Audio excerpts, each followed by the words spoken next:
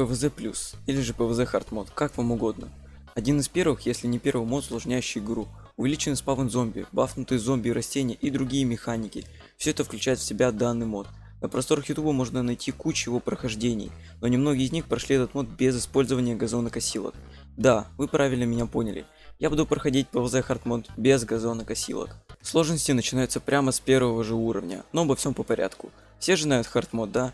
Мне же не надо объяснять все его особенности, ведь так? Эх, ладно, придется объяснять. В этом моде солнце обычного размера дает не 25, как в ваниле, а 50. Благодаря этому легче накопить на растения. Но самое главное, что и делает его сложным, это спавн зомби увеличен в 4 раза по сравнению с обычным PvZ. Первые уровни обычно легкие, но тут есть один прикол, под названием зомби с флагом и ведром на голове, который выходит после каждой волны. Хоть и на шкале уровня нет флага, означающего волну зомби, все равно она там есть. Так вот, этот зомби мало того, что достаточно живучий, так он еще и быстрый. И чтобы пройти этот уровень без потерь газонокосилок, я использовал одну хитрость. Пока не высадишь второй горохострел, зомби не будут идти, а солнце с неба будет падать. Таким образом, я накопил 700 солнца, чтобы мне этого наверняка хватило, и начал высаживать горохострелы. Перед началом волны у меня на лужайке красовались 8 горохострелов, а в конце осталось всего 3. Второй уровень от первого буквально ничем не отличается, за исключением того, что у нас теперь доступно 3 линии лужайки. Но тут я умудрился проиграть из-за глупого расположения горохострелов сверху, которые не смогли добить зомби и пришлось переиграть. Теперь-то я не такой глупый и посадил 2 ряда горохострелов сзади, что и помогло мне пройти этот уровень. Нам дали вишню, и теперь зомби с флагом для нас не проблема. Проблемой стал зомби с конусом, который выходил в первой же пачке зомби, но только не в этом уровне, потому что у нас есть вишня, которой и можно взорвать первую пачку. Далее же просто стараемся засадить все поле горохострелами и в конце просто взрываем всех зомби.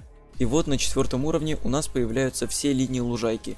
Тактика такая же. Первую пачку взрываем вишни и садим горохострелы при необходимости, а дальше ими засаживаем все поле. Но на первой попытке я словил неудачный тайминг и один зомби не взорвался. Я хотел посадить перед ним орех и промахнулся, посадив его на одну клетку ниже. На второй же попытке все прошло куда более гладко, и я смог пройти этот уровень. Нам дают лопату. Про боулинг нечего сказать. Он какой и был легким, таким и остался. В конце получаем картофельную мину. И это первое растение, которое значительно изменили. Теперь ее стоимость 50. Время созревания уменьшилось, и теперь она взрывает радиусом как вишня, то есть 3 на 3. В самом начале уровня она очень сильно помогает, ведь теперь ее можно использовать вместо вишни. Также у нас появляется зомби шестом. Его никак не изменили, но в совокупности со всеми приколами мода он будет очень сильно мешать. Точно такой же тактикой проходим уровень и получаем морозный горохострел. 1.7. Итак, первая попытка. В первой же пачке вышел зомби шестом, противопоставить мне ему нечего, поэтому перезапускаем. Вторая попытка... Случилось то же самое. Третья попытка. Ёбаный рот этого казино! Ну и на 4-й попытке мне наконец-то повезло. Кстати, 1.7 это первый уровень, на котором у нас целых 2 волны. Вы, наверное, подумали, ну и что в этом такого? А то, что после первой волны начинают вылезать могилы. Ну еще и к этому времени спаун зомби стал очень большим. В целом, уровень не такой уж и сложный. Получаем чомпера и переходим на 1.8, в котором у нас появляется зомби с ведром. На первой попытке я посчитал спаун зомби неудачным и перезапустил. Хотя на самом деле он был довольно неплохим.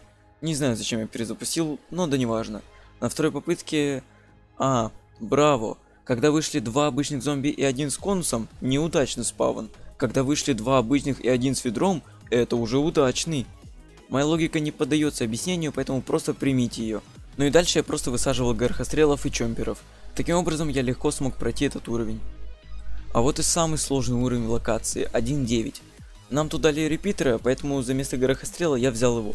Тактика была максимально проста. Первые 2 ряда высаживаем подсолнухи, следующий ряд морозных горохострелов, а остальные ряды репитеры. Ну, может, не аккуратно, но зато работает. После первой волны у меня уже выстроена неплохая оборона, но этого недостаточно, нам нужно больше репитеров. Даже несмотря на вылезающие могилы, я постарался высадить как можно больше растений, и у меня это получилось. Убиваем всех зомби на волне и получаем записку. 1.10 уровень конвейер, а такие в большинстве случаев никакой сложности не представляют, что мы здесь и видим. Хотя о чем это я? Это был невероятно сложный уровень. На его прохождение я потратил более 10 часов, сотни попыток ради одной победной. Вы даже не представляете, что мне пришлось сделать, чтобы пройти его.